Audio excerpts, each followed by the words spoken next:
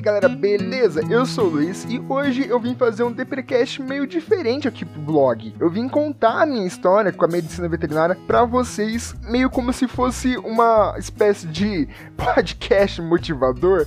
Eu não queria que vocês pensassem que eu tô querendo me achar ou eu tô querendo me promover aqui, nada disso. Mas eu tô querendo fazer esse podcast principalmente pros pré-vestibulandos que às vezes está em dúvida ali sobre o vestibular, tá com muita insegurança, e eu acho que eu passei por várias coisas que talvez eu possa ajudar essa galera de uma certa maneira. Então não achem que é arrogância ou prepotência esse podcast, nada disso, mas é realmente para tentar ajudar esse pessoal que tá um pouco desmotivado com a questão do vestibular, e até mesmo para quem já tá na faculdade também, desmotivado com o curso e tudo mais, e mostrar que com certa perseverança a gente consegue fazer muita coisa, inclusive passar no vestibular e se dar bem durante a faculdade. Mas como prometido, antes de começar o podcast em si, vamos para a leitura dos e-mails da galera que mandou e-mail sobre o último podcast. Lembrando que se você quiser participar da leitura de e-mails do próximo podcast, é só mandar um e-mail para contato@vetstadepre.com.br contando sua história ou o que você achou desse episódio aqui. Se você quiser pular a leitura de e-mails, é só pular para 9 minutos e 45 segundos. O primeiro e-mail é do Alexandre Moreira. Boa noite, adoro os deprecasts de vocês. Vou começar a veterinária na UFMG dia 1º de agosto e tenho interesse em trabalhar com grandes. Aí eu queria perguntar para vocês o deprecast. Vocês acham um bom segmento? Em área de melhoramento genético em bovinos de corte e reprodução é um bom mercado também? Queria saber a opinião de vocês sobre esses assuntos, agradeceria muito se fossem respondidas no Deprecast, mas desde já obrigado e parabéns pelo blog. Então, Alexandre, eu não sou a melhor pessoa, confesso, para falar sobre o mercado de trabalho de grandes animais, mas o que eu vejo assim é que na parte de clínica ele realmente é bem concorrido, mas o pessoal que tem se dado bem realmente é com a parte de reprodução. Aí tem um mercado gigantesco nesse Brasilzão afora, principalmente partindo aí pro centro-oeste do Brasil, né, mais pro norte até, Mato Grosso, Pará, Amazonas. Tem uma área que o veterinário de grandes, especializado principalmente em produção e reprodução, pode explorar muito bem. O próximo e-mail é da Isabela Dinardi. Boa noite, meu nome é Isabela, acabei de ouvir o podcast 2 sobre recém-formados e sou uma delas. Me formei em dezembro de 2015 e estou vivendo todo o dilema que vocês falaram. Inclusive, agora no meio de um plantão, desde que me formei só trabalhei como estagiária sem ganhar nada. Durante a faculdade fiz estágios em diversas áreas e me foquei em pequenos animais, e a partir daí fiz apenas estágios em clínicas e meu obrigatório no hospital veterinário da minha faculdade. Está sendo bem difícil para mim e graças à ajuda de vocês me sinto mais animada. Meu único e primeiro emprego está sendo com plantões de 12 horas, o qual eu ganho R$100 por dia, todos os dias, quando dá tem uma folga por semana. Mas infelizmente, recém-formada, o proprietário da clínica não quer me deixar fazer atendimentos, ele só disse que poderei começar a atender e ganhar por atendimento, depois que eu começar a frequentar a clínica durante o dia, então estou bem decepcionada porque imagina como vai ser puxado. Me arrependo por não ter tentado a residência, vou começar a me preparar para prestar no final do ano, quem sabe, né? Muito obrigado pela ajuda, espero que as coisas comecem a melhorar logo. Isabela. Bom, Isabela, a dica que eu iria dar é justamente você tentar focar na residência. Eu tenho muitos colegas que realmente saíram da faculdade, entraram direto no mercado de trabalho, e assim, cara, todo mundo sente esse baque. E realmente uma ótima forma de a gente tentar fazer essa transição de uma forma mais suave é prestando residência. Então eu acredito que, inclusive até mesmo para você conseguir mais experiência e mostrar pro seu chefe que você adquiriu essa experiência, é você tentar fazer a residência, que com certeza vai ser um ótimo ganho, tanto pessoal quanto profissionalmente. O próximo e-mail é do Ricardo Badio. Primeiramente, gostaria de dar meus parabéns ao Luiz e ao pessoal, porque tá muito legal e vocês falam a real mesmo sobre assuntos pertinentes. O texto a seguir está meio longo, mas a história é boa, prometo. Obrigado pelos elogios, Ricardo. Bom, o texto que ele fez realmente está bem longo. Vou dar uma resumida aqui. Ele fala que ele fez estágios em várias áreas durante a faculdade, desde pequenos, com biotecnologia, enfim. Quando me formei, eu estava perdido e comecei a enviar currículo para hospitais, clínicas e prestei residência. Ela não era o que eu mais queria, porque na verdade eu não sabia o que queria, mas segui o caminho do que eu gostava e no que era melhor, e tinha mais conhecimento, que era a clínica de pequenos. Acabei entrando na residência. Na verdade, o meu foi aprimoramento, mas não muda em muita coisa para a residência propriamente dita, né? E é realmente aquilo que o Luiz disse, a experiência adquirida nesses 2 anos, se fosse numa clínica particular, iria demorar uns 5, 6 anos. Eu fiz mais de 2.000... Caraca! Eu fiz mais de 2.000 consultas em 2 anos. Pô, velho! E normalmente o hospital escola não se aplica a vacina e tem muito encaminhamento de veterinários da região por eles não conseguirem dar suporte que o paciente precisa. Então a gente atendia só pior, e é realmente isso. No fim da residência eu torcia para pegar a primeira consulta que fosse uma DAP, que era a primeira coisa que eu resolvia com o pé nas costas. Igual vocês falaram também, a primeira consulta foi dermato, mas na primeira semana, como residente, eu peguei uma cetoacidose diabética, foi foda, imagina. A curva de aprendizagem, vamos dizer, nos 6 primeiros meses de residência é exponencial, é absurda. Já nos últimos 6 meses você acaba cansado, não vê na hora de acabar, com burnout e tudo mais. Não sei se foi assim com vocês também, mas a residência vale muito a pena, é exatamente aquilo que vocês falaram no Deprecast 2. Acabei a residência em clínica médica de pequenos e não quis continuar na área, queria seguir na área comercial. Fiquei desempregado 4 meses enviando currículo até que a empresa me deu uma oportunidade. Porque quem me entrevistava, se era de RH, pegava no ponto de eu não ter experiência. Se era veterinário, eu pegava no ponto de por que estar trocando da clínica, sendo que eu fiz residência para a área comercial. Agora faz 12 meses que estou na área comercial, promotor técnico, estou me adaptando à nova rotina, que é muito mais tranquila que a rotina clínica, são outros tipos de cobrança, né? Eu imagino, Ricardo, realmente eu acho que a área comercial deve ser mais tranquila que a residência, porque a residência é punk, né? Mas eu fico feliz que você tenha gostado de fazer residência, é aquilo mesmo que você falou, os 6 primeiros meses tem uma curva de aprendizado realmente exponencial, e no final realmente a gente tá muito cansado. Mas é isso mesmo, eu continuo concordando com você que a residência te dá uma experiência de vida muito grande e é muito legal, e vale muito a pena. E o último e-mail é da Mariana Ribeiro. Olá, meu nome é Mariana e adorei o podcast. Sou recém-formado e me identifiquei com as situações que vocês falaram. Gostaria de saber como vocês venceram a insegurança.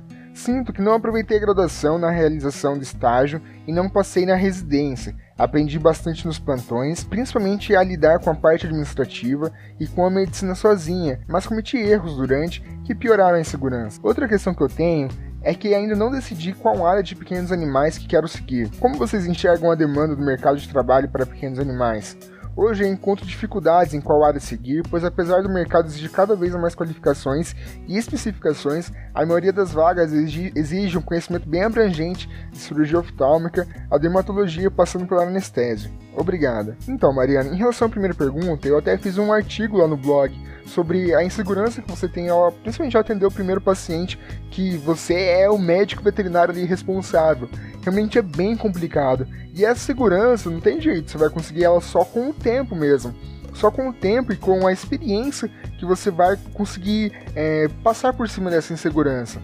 Por isso mesmo, inclusive, que a residência é uma ótima forma de você passar por ela, porque querendo ou não, você vai continuar tendo o aval ali dos seus professores e vai continuar dentro da faculdade, o que te dá uma segurança e um background ali muito forte do que você tá lá fazendo plantão sozinha. Quanto à questão de qual área seguir de pequenos animais, eu acho que só você pode dizer isso. Você tem que dosar se você gosta mais de clínica médica, se você gosta de trabalhar com cirurgia, se você gosta de estudar medicamentos. Anestesiologia é uma área muito legal. Enfim, só você pode decidir mesmo. Em relação ao mercado de trabalho, é realmente aquilo que a gente falou no último podcast. Eu acho que tá cada vez afunilando mais para a questão das especialidades. O problema é que a partir do momento que você entra em um novo mercado, digamos assim, que você entra numa nova clínica ou em um novo hospital, até você conseguir a segurança daquelas pessoas, daqueles profissionais, é inevitável que você tenha que ter um conhecimento amplo e generalista. Até mesmo porque em vários hospitais você não entra como especialista, você entra como um clínico geral, o pessoal conhece, confia em você, aí sim você parte para a área de especialidade. Então é mais ou menos isso, e essa é a minha opinião, espero que eu tenha te ajudado.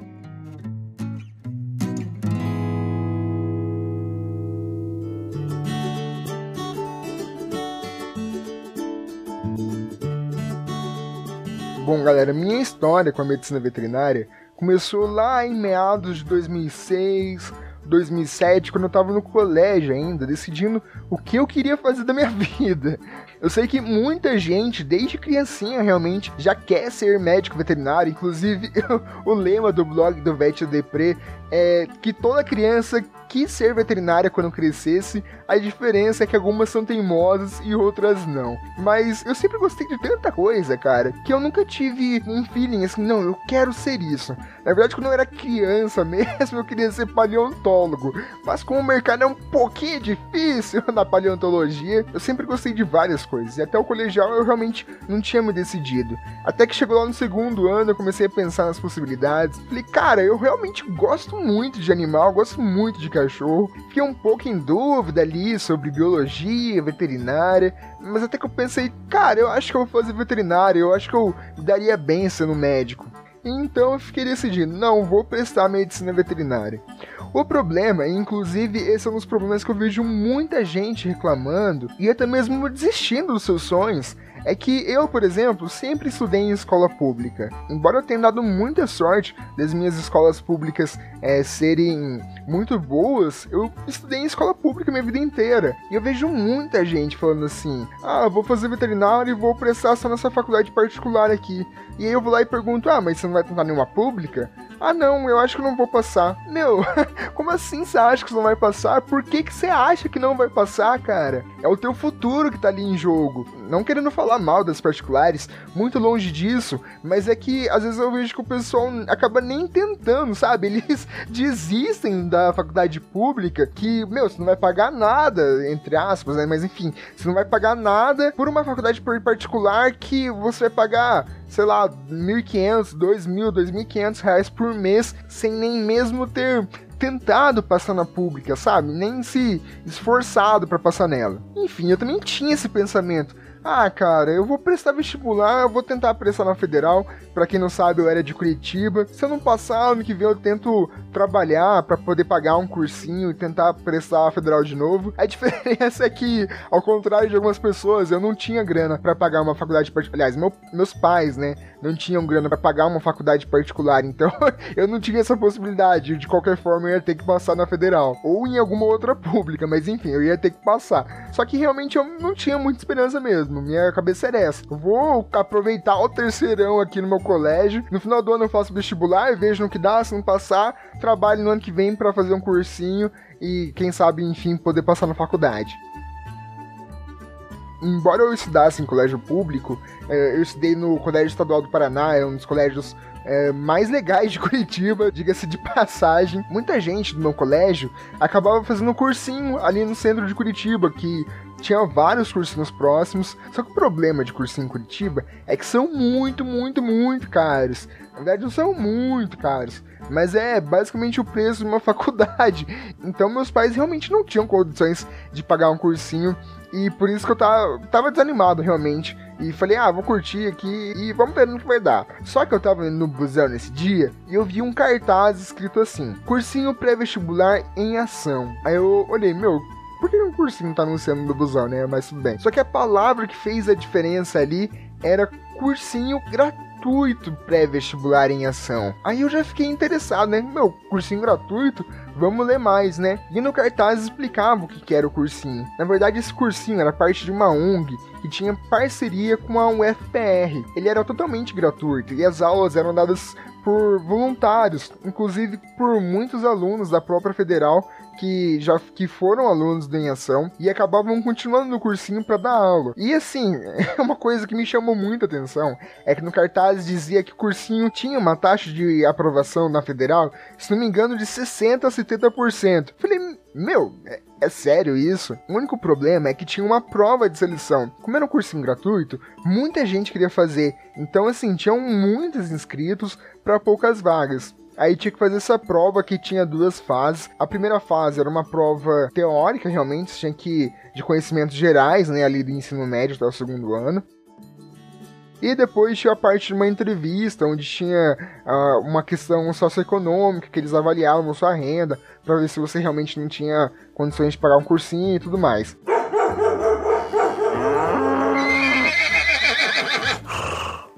Só que ainda assim eu fiquei meio bolado, porque quando eu tava no terceirão, eu fazia, eu estudava de manhã, eu estudava das 7h10, se não me engano, começava a aula, até 12h30 no colégio. Saía do colégio, eu ia andando pro Tribunal de Justiça, lá em Curitiba, onde eu fazia estágio à tarde. Então eu começava das 2h e ia até as 6 da tarde, fazia 4 horas de estágio. E à noite eu era do time de colégio do basquete. E cara, eu sempre, principalmente no colégio, eu sempre adorava jogar basquete. Assim, o momento mais feliz do meu dia era o momento do treino à noite. E a gente treinava todos os dias à noite, porque a gente tava participando de campeonato. Era muito legal. E eu não queria, eu sei que é meio, sei lá, zoado falar isso, mas eu não queria por nada largar o basquete naquele ano. Eu lembro que eu preferia não fazer o cursinho à noite do que largar o basquete, porque realmente era uma coisa que me deixava muito feliz. Inclusive, minha própria faculdade e residência, e até hoje que eu tô no mestrado, eu fico muito frustrado de não poder jogar basquete mais, de não ter tempo depois que você precisa sobreviver, né, pagar suas contas, trabalhar, de não ter tempo. Eu fico muito frustrado de não ter tempo mais de jogar basquete. Mas, enfim, eu não queria largar o basquete. E o grande pulo do gato do Em Ação é que as aulas eram ministradas aos finais de semana, sábado, domingo e feriados, das 8 da manhã às 8 da noite. Cara, pra mim ia ser perfeito, eu não ia precisar largar o basquete, eu ia conseguir fazer meu estágio, ia conseguir estudar no colégio, ia conseguir fazer um cursinho e ainda tinha 60, 70% de chances de passar na federal. Olha só que maravilha! Foi aí que eu parei e pensei, cara, eu acho que se eu passar nesse cursinho eu posso realmente ter uma chance. Não, e o pior, a inscrição pro cursinho acabava naquele mesmo dia que eu tava vendo o cartaz. E isso já era tipo de tarde, assim, sabe? Tinha que, sei lá, fazer o depósito, pagar. A inscrição era baratinha, mas tinha que pagar a inscrição em algum lugar lá, ligar e alguma coisa assim. Eu liguei correndo pra minha mãe, faz a inscrição, não sei quem paga lá a quantia que era a inscrição, pra eu tentar fazer esse cursinho, agora é o último dia. Enfim, ela foi lá, tinha que levar 1 quilo de alimento, alguma coisa assim. Ela foi lá no lugar que tinha que levar o negócio, fez a inscrição, conseguiu pagar e graças a Deus deu certo a inscrição. Aí depois tinha a bendita da prova lá pra poder passar. Era meio que realmente um mini vestibular, era feito lá na Federal e tudo mais. Tinha muita gente, eu lembro que tinha 200 vagas pro cursinho e era uma coisa de louco, assim, tipo 3.000 inscritos, eu acho que era mais de 10 pessoas por vaga, se não me falha a memória. Enfim, eu lembro que era muita gente mesmo. Fui lá, consegui passar na primeira fase da prova, e aí vinha a entrevista. Em relação à parte socioeconômica, foi de boa, porque meus pais realmente não tinham condições de pagar o cursinho e tudo mais. O problema foi na hora da entrevista, que eu falei pro cara que tava me entrevistando do lá. Só que ele perguntou como que era minha rotina e tudo mais.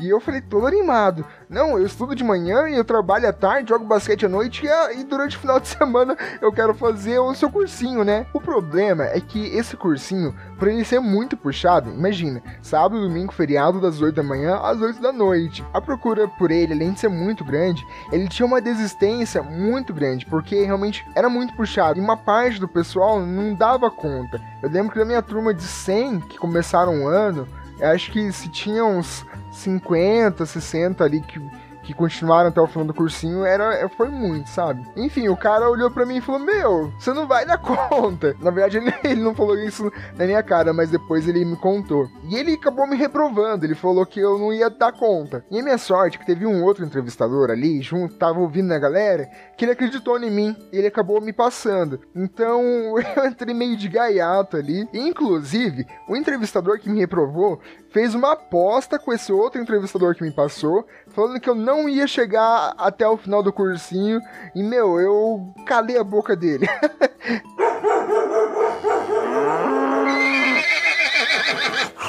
Enfim, eu tô falando tudo isso porque eu acho que eu passei no vestibular realmente graças ao Em Ação. Além de todo o conteúdo, de todos os professores que eram realmente muito bons, eram professores que estavam ali sem ganhar nada, totalmente motivados a querer que você passasse no vestibular. O clima da galera era tão legal, mas tão legal, que eu acho que foi um dos momentos mais legais da minha vida, assim, sabe? Eu tinha gosto de acordar todo final de semana, 6h30, pra poder pegar o busão e ir lá pro Em Ação, porque, cara, era um clima muito família, assim, e o pessoal te dava uma motivação que eu até hoje não vi em lugar nenhum. Você entrava na aula e na primeira aula você já tinha certeza que, cara, um lugar nesse vestibular é meu, sabe?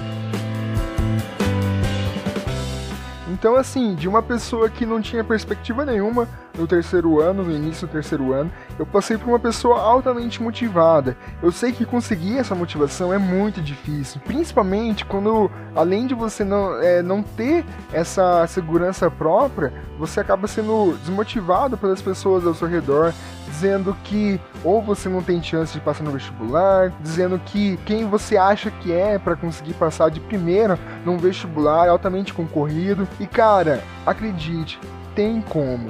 Eu sei que sem esse apoio de um cursinho pré-vestibular ou de alguma coisa do gênero fica muito difícil. Mas quando eu fiz vestibular, não tinha, por exemplo, uma ferramenta que é excelente chamada YouTube. Hoje em dia tem canal de física, tem canal de história, tem canal de português, tem canal de biologia que transmite um conhecimento muitas vezes que você nem teve em sala de aula, muito melhor do que os professores que você teve em sala de aula. Uma coisa que eu digo é certa: você não vai passar no vestibular de uma faculdade concorrida sem se dedicar. Embora eu estudasse no colégio, trabalhasse à tarde e treinasse à noite, em todas as brechas que eu tinha, eu tava lá com a minha apostila, resolvendo exercício, eu tinha todos os exercícios resolvidos, tentando aproveitar tudo da melhor forma possível. Uma coisa que eu sempre digo: se o seu sonho é estudar medicina veterinária, por que não estudar numa faculdade mais top que existe? Vai ser muito difícil? Vai ser muito trabalhoso, você vai ficar muito cansado? Com certeza vai, mas isso vai acontecer independente de qualquer coisa, se você deseja ser uma pessoa bem-sucedida. Isso vai acontecer depois que você entra na faculdade, isso vai acontecer antes de você se formar, antes de você prestar prova de residência, ou antes de você prestar a prova de um outro concurso. Sempre vai ter gente que teve melhores oportunidades que você na vida, e só por isso você vai largar a mão do seu sonho de querer conquistar aquilo, só porque a outra pessoa teve mais oportunidade que você.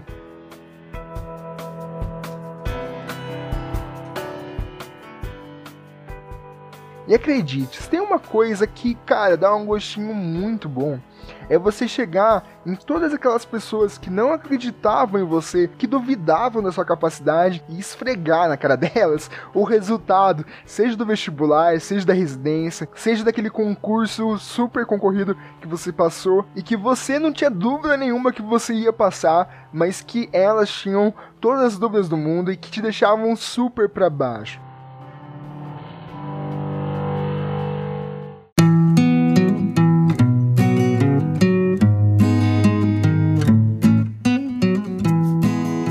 Nessa hora, uma outra coisa que também é fundamental para você conseguir passar no vestibular e entrar na faculdade, é ter foco. Por mais que eu jogasse basquete, por mais que eu trabalhasse e estudasse no colégio, uma coisa que eu sempre tive foi muito foco. E eu digo isso porque enquanto o pessoal que jogava basquete comigo saía, sei lá, todo final de semana, ia para uma balada diferente, ou ia beber, ou ia fazer coisas que pessoas normais do colégio faziam, não, eu tava todo dia lá, eu treinava, ia para casa, ia no busão, às vezes eu tava tão cansado que eu ia dormindo pra casa, porque embora eu estudasse em Curitiba, eu morava em Pinhais, então era, pra você ter noção, era mais ou menos 1h30 de busão do colégio até minha casa e da minha casa até o colégio. Então nem sempre eu aguentava e acordado, às vezes eu ia dormindo, mas sempre que possível, no ônibus, eu pegava minha apostila, olhava para aquela conta dos infernos de matemática, é você que eu não tô conseguindo fazer? Então vamos fazer agora. Dava muito gosto, sabe? Chegar, por exemplo, no colégio, ver aquelas patricinhas, aqueles mauricinhos, todos com a mochilinha lá do Positivo, do Dom Bosco, que são cursinhos super caros de Curitiba, com as apostilinhas, cara, impecáveis, sabe? Você vê que a pessoa nunca abriu aquela apostila do cursinho. Eu chegava com a minha apostila toda rasgada, sem a capa, mas eu tinha certeza que aquilo ia me fazer na faculdade no ano que vem, que era meu esforço que ia fazer eu passar no vestibular e que eu não ia depender de mais ninguém para fazer isso, além de mim. E essas lições que eu aprendi quando eu tava lá no colégio são lições que eu levo para toda a minha vida. E eu sou muito feliz por ter tido a oportunidade de aprender elas e de vivenciar elas durante esse processo de passar no vestibular. Eu fazia tanta coisa quando eu tava no cursinho, que quando eu entrei na faculdade, eu tive o azar de pegar justamente aquele ano de que tinha mudado a lei do estágio. Então o hospital inteiro fechou os estágios e não abriu para ninguém. E eu acabei tendo que só estudar. Então, cara, minha mente entrou em colapso, assim, eu preciso fazer mais coisas. E depois abriu realmente para fazer estágio. E eu sempre fiz muita coisa durante a faculdade. E muita coisa mesmo, porque eu sabia que aprender realmente ali na prática era o que ia fazer a diferença. Eu confesso que eu nunca fui um aluno nota 10, assim. Eu sempre fui um aluno mediano, nunca consegui muito bem nas provas. Mas, em compensação, eu descontava tudo isso em estágio. Então, eu aprendi muita coisa na prática. E eu fazia estágio de manhã, tarde, noite, fazia plantão, fazia projeto de castração que a gente faz lá à noite, fazia iniciação. Então, assim, isso tudo enquanto tinha gente na sala que, ficava reclamando que tinha 2 provas no mesmo dia. Por isso que eu falo, se você quer alguma coisa, tenha força de vontade e vá atrás daquilo como se não houvesse amanhã, que com certeza você vai conquistar. Nem que essa coisa seja muito difícil. Eu não sei o que vai ser da minha vida daqui pra frente. Eu, graças a Deus, consegui passar em todas as provas que eu fiz até hoje. No vestibular, na residência, no mestrado. Mas eu sei que vai chegar uma hora que vai ter um obstáculo muito grande na minha frente e que talvez eu não consiga passar. Mas eu tenho certeza que se eu não desistir, se eu for persistente naquilo que eu realmente quero, com certeza eu vou conseguir ultrapassar esse obstáculo. E eu acho que por enquanto é só, galera. Já falei um bom bocado aqui sobre minha vida.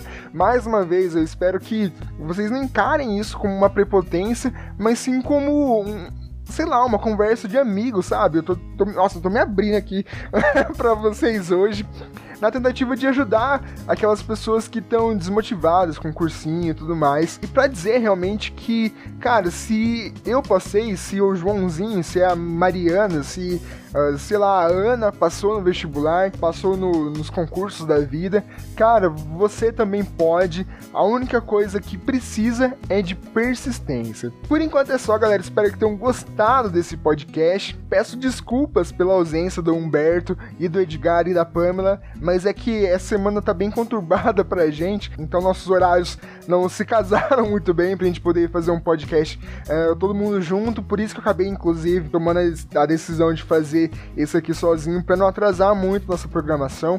Mas é isso. Espero mais uma vez que vocês tenham gostado. Sugestões, críticas, elogios, deixem aí nos comentários, que com certeza eles serão levados em consideração. E se você quiser contar a sua história ou falar alguma coisa sobre a minha, mande um e-mail pra gente, que a gente vai tentar ler no próximo podcast. Por enquanto é só e tchau. Só e tchau. Só e tchau. Só e